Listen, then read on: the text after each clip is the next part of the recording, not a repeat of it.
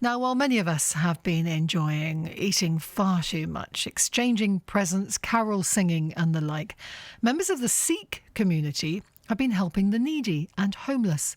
December is the month of Po for Sikhs, when they remember people who've given their lives for others or who have died for their beliefs. Well, to tell us more about this is Amandeep Singh, who teaches people about the Sikh faith. Thank you very much indeed for coming on our programme.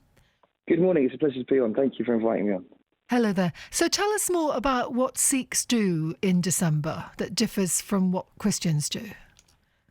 So one of the core foundations of the two foundations in the Sikh faith is to be constantly in remembrance of the Lord and to constantly serve the creation and those that exist within the creation.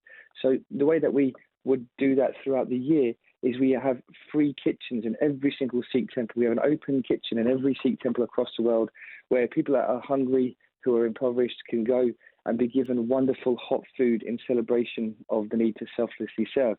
So the biggest kitchen in the world is in fact at the Golden Temple. We're receiving about 100,000 people a day. In the month of Bo, that kitchen is extended and brought out of the Sikh temples because there's need and recognition for those that are homeless and vulnerable that live in the cities across the country. And many Sikh charities will recognise this. For example, SWAP, which is known as the Sikh Welfare and Awareness Team, they take food from Sikh temples out by way of extension onto the streets of London, Greater London, and across the nation, serving about 3,000 meals a week to the most homeless and destitute people, recognising that in the month of Pol, in the month of December, there are lots of people that are really struggling with the conditions. So on Tuesday at Charing Cross, there was a massive street carnival, if you will, where lots of charities got together, and SWAT was leading the way there, where we served lots of food in this way and provided essential materials like clothing, undergarments and such like to the most needy people in the communities. Are you slightly alarmed then when you watch some of us eating far too much and buying far too many presents? Well, you'll be pleased to know we're also taught not to, as Sikhs, as a universal principle. We shouldn't.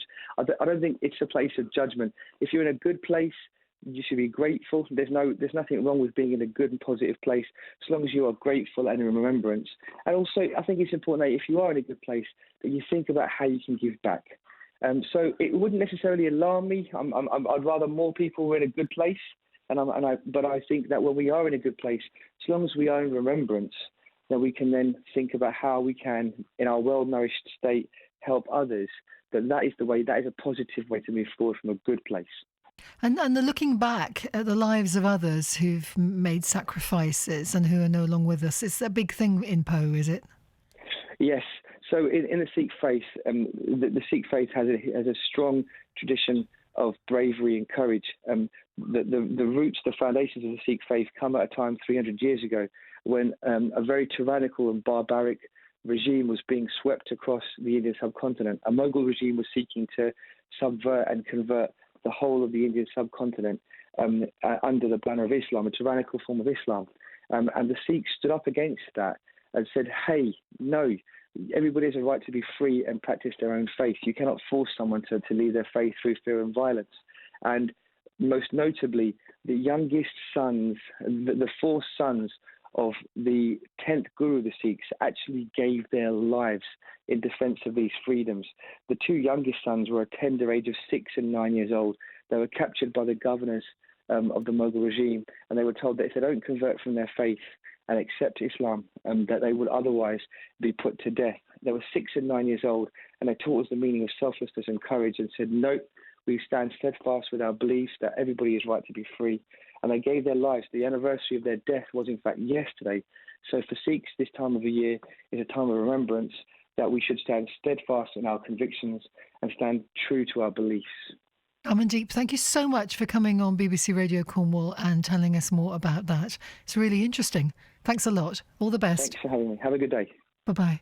That's Amandeep Singh there. He teaches people about the Sikh faith. I've already learned plenty of things there I didn't know. And that's what this programme is about, isn't it? Encompassing everything, faith and ethics.